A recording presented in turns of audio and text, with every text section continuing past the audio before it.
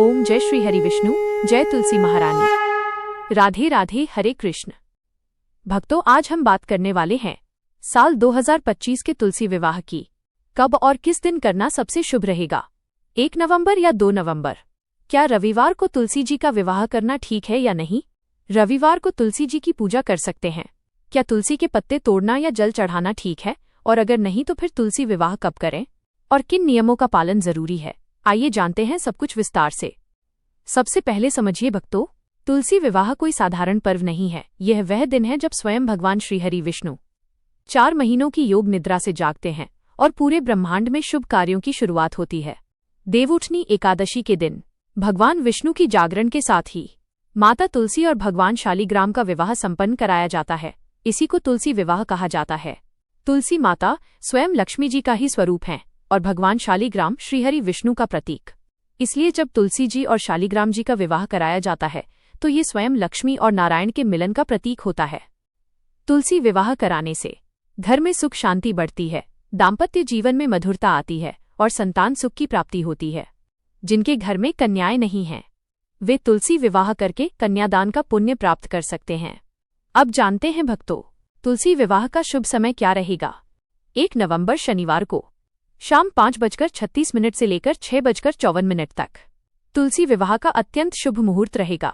जो भक्त रविवार को तुलसी विवाह करना चाहते हैं, वे 2 नवंबर को गोधूली बेला में शाम 5:35 से 6:53 तक विवाह करा सकते हैं। लेकिन भक्तों, रविवार के दिन तुलसी के पत्ते नहीं तोड़े जाते, न ही तुलसी माता को जल अर्पित किया जाता है। लेकिन भक्तों, दीपदान किया जा सकता है। सुबह और शाम तुलसी माता के पास दीपक जलाना अत्यंत शुभ माना गया है। और भक्तों, याद रखें, देव उठनी एकादशी के दिन तुलसी विवाह का विशेष विधान होता है। अगर आप चाहें तो शनिवार यानी 1 नवंबर को तुलसी विवाह कर सकते हैं और फिर रविवार को एकादशी व्रत रख सकते हैं, या चाहें तो सोमवार को विवाह कराएं, क्योंकि तुलसी विवाह देव उठनी एकादशी से लेकर कार्तिक पूर्णिमा तक किया जा सकता है।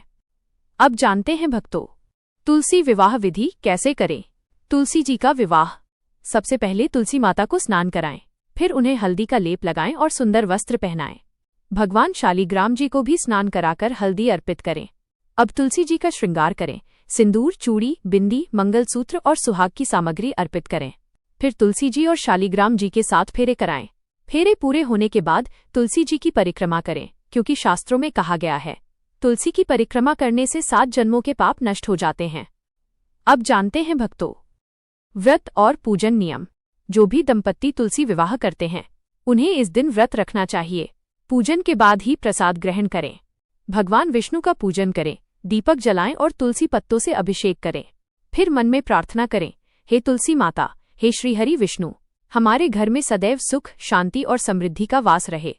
भक्तों, तुलसी विवाह सिर्फ एक रीति नहीं, ये धरती और ईश्वर के मिलन का पर्व है, जब हर घर में प्रेम, भक्ति और शुभता का संचार होता है। अगर आपके मन में तुलसी विवाह या पूजा से जुड़ा कोई सवाल है तो नीचे कमेंट करें। अगर ये वीडियो आपको ज्ञानवर्धक और उपयोगी लगी हो तो लाइक करें, शेयर करें और कमेंट में लिखें जय तुलसी माता, जय श्रीहरि विष्णु। भक्तों, चैनल भक्ति की ज्योत को सब्सक्राइब करें और बेल आइकॉन दबाएं ताकि ऐसे ही दिव्य और चमत्कारी वीडियो सबसे पहले आप तक पहुंचें। मिलते हैं अगले वीडियो में।